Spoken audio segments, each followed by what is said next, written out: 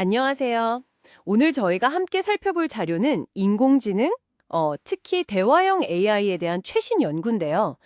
이 AI가 사용자의 좀 복잡한 요청을 얼마나 잘 알아듣는지 그 능력을 다룬 논문입니다. 혹시 AI 비서한테 오늘 날씨 알려주고 회사까지 제일 빠른 길도 찾아줘. 뭐 이런 식으로 한 번에 여러 개 물어보신 적 있으세요? 아마 가끔은 AI가 좀 헷갈려 하거나 제대로 못 알아듣는 경우도 있었을 거예요. 네, 맞아요. 기존 AI 시스템들은 보통 한 번에 딱 하나의 명령, 그러니까 하나의 의도만 처리하도록 설계된 경우가 많았죠.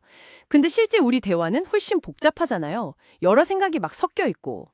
이 논문이 바로 그 문제, 다중의도 탐지라고 부르는 여러 의도를 동시에 파악하는 걸 정면으로 다룹니다. 특히 기존 평가 방식들이 좀 문제가 있다. 너무 쉽다는 거죠. 그래서 AI 성능을 좀 부풀릴 수 있다. 이렇게 지적하면서 블렌드 X라는 새로운 훨씬 현실적인 평가 데이터셋을 제안하고 있어요. 맞습니다. 이 연구의 핵심 질문은 그거죠. 지금 나와 있는 AI 모델들이 진짜 사람들이 막 쓰는 그런 복잡한 문장을 제대로 소화할 수 있느냐 이거예요. 연구진들은 기존에 많이 쓰던 데이터셋들, 뭐 믹스ATS나 믹스SNIPS 같은 것들을 합쳐서 믹스X라고 부르는데 이 믹스X가 너무 인위적이고 단순하다 이렇게 비판합니다. 그러니까 쉬운 문제만 잔뜩 내놓고 AI가 되게 똑똑한 것처럼 보이게 만들 수 있다는 거죠. 쉬워서 진짜 실력을 알기 어려웠다 이런 말씀이시네요. 그럼 이 새로운 시험지 블렌드 X는 구체적으로 뭐가 다른 건가요? 오늘 이 자료들을 보면서 블렌드 X가 왜 필요했는지, 또 어떤 방식으로 이걸 만들었는지, 그리고 이게 AI 연구에 어떤 의미를 던지는지 좀 깊게 파헤쳐 보죠. 우선 그 기존 데이터셋 믹스X의 문제가 정확히 뭐였는지 조금만 더 설명해 주실 수 있을까요? 왜 꼼수를 배운다고까지 표현하는 거죠? 네, 그 믹스X 데이터셋은 대부분 기존에 있던 그러니까 단일 의도를 가진 문장 두 개를 가져와서요.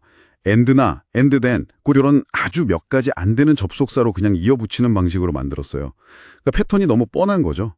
그래서 AI 모델이 문장 전체의 의미나 문맥을 깊게 이해하려 하기보다는 특정 접속사가 있나 없나 그것만 보고 이건 여러 의도가 있네 하고 그냥 찍는 법을 배울 수 있다는 거예요. 진짜 이해력이 아니라 약간 시험 요령만 느는 셈이죠.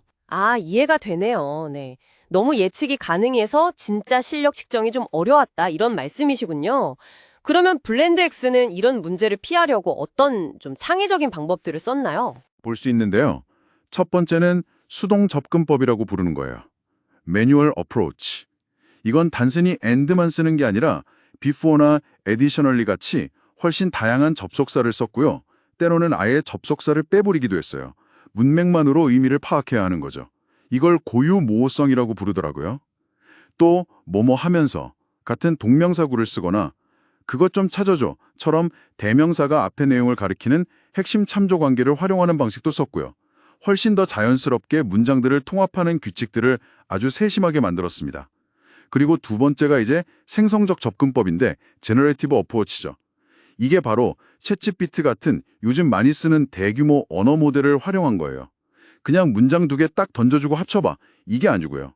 좀 더 창의적으로 그리고 자연스럽게 여러 의도를 하나의 문장 안에 잘 녹여내도록 유도하는 거죠.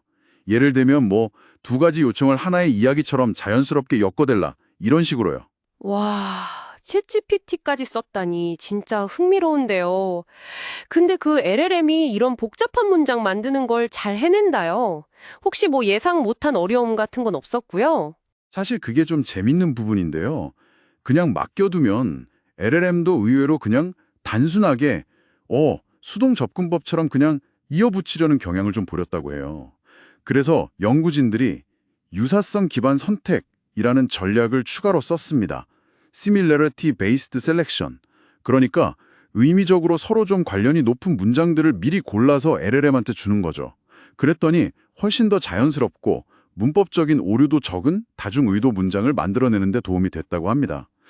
근데 뭐 이것만으로 완벽하진 않아서 여전히 사람이 좀 검토하고 수정하는 과정은 필요했다고 하더라고요. 그렇군요. 단순히 기술을 쓰는 걸 넘어서서 어떻게 이걸 잘 쓸 수 있을까? 이런 고민이 깊었네요. 그럼 이렇게 공들여 만든 블렌드X 데이터셋이 정말로 기존 믹스X보다 더 복잡하고 현실적인지 이건 어떻게 검증했나요? 객관적인 지표 같은 게 있나요? 네, 아주 좋은 질문입니다. 연구진들이 데이터셋의 복잡성을 좀 객관적으로 측정하려고 새로운 지표 3가지를 제안했어요.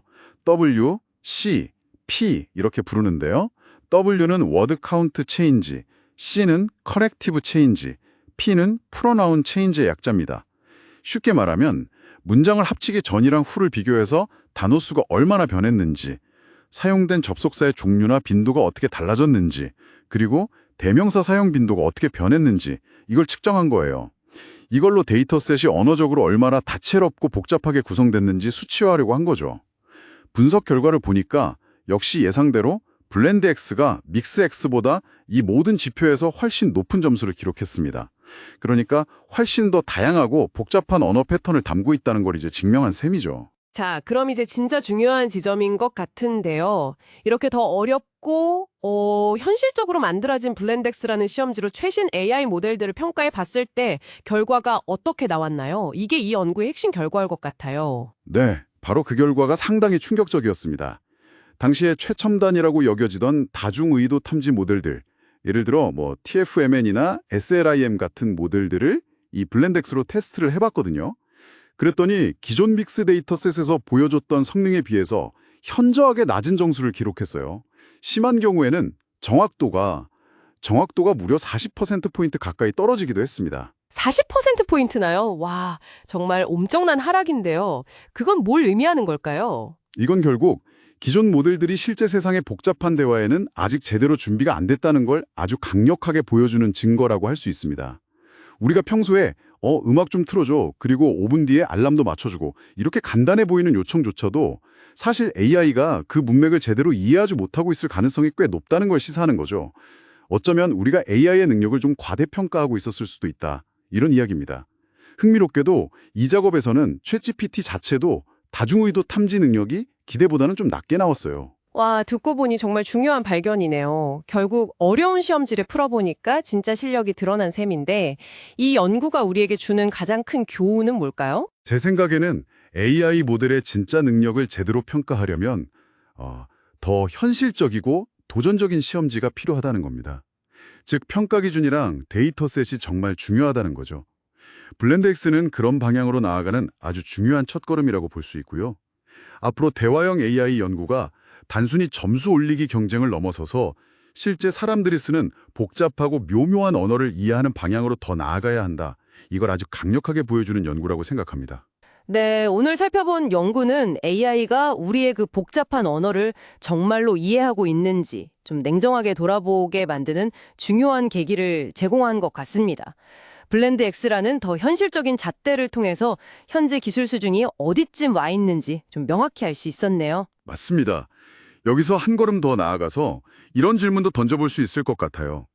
AI가 단순히 여러 명령을 나열하는 걸 이해하는 수준을 넘어서 우리가 일상에서 정말 묘묘하게 여러 의도를 섞어서 말하는 방식이 있잖아요. 예를 들면 이 노래 되게 좋은데 내 플레이리스트에 바로 넣고 참 이거랑 비슷한 느낌의 다른 노래들도 좀 찾아줄래? 이런 식의 뉘앙스까지 과연 언제쯤 이해하게 될까요? 와, 정말 흥미로운 질문이네요. AI가 단순히 지시를 따르는 비서를 넘어서서 우리의 복잡한 표현 방식과 그 안에 담긴 맥락까지 이해하는 그런 진정한 대화 상대로 발전하려면 앞으로 어떤 혁신이 더 필요할지 계속 지켜봐야 할 것 같습니다. 네, 오늘 심층 분석은 여기서 마무리하겠습니다. 들어주셔서 감사합니다. 감사합니다.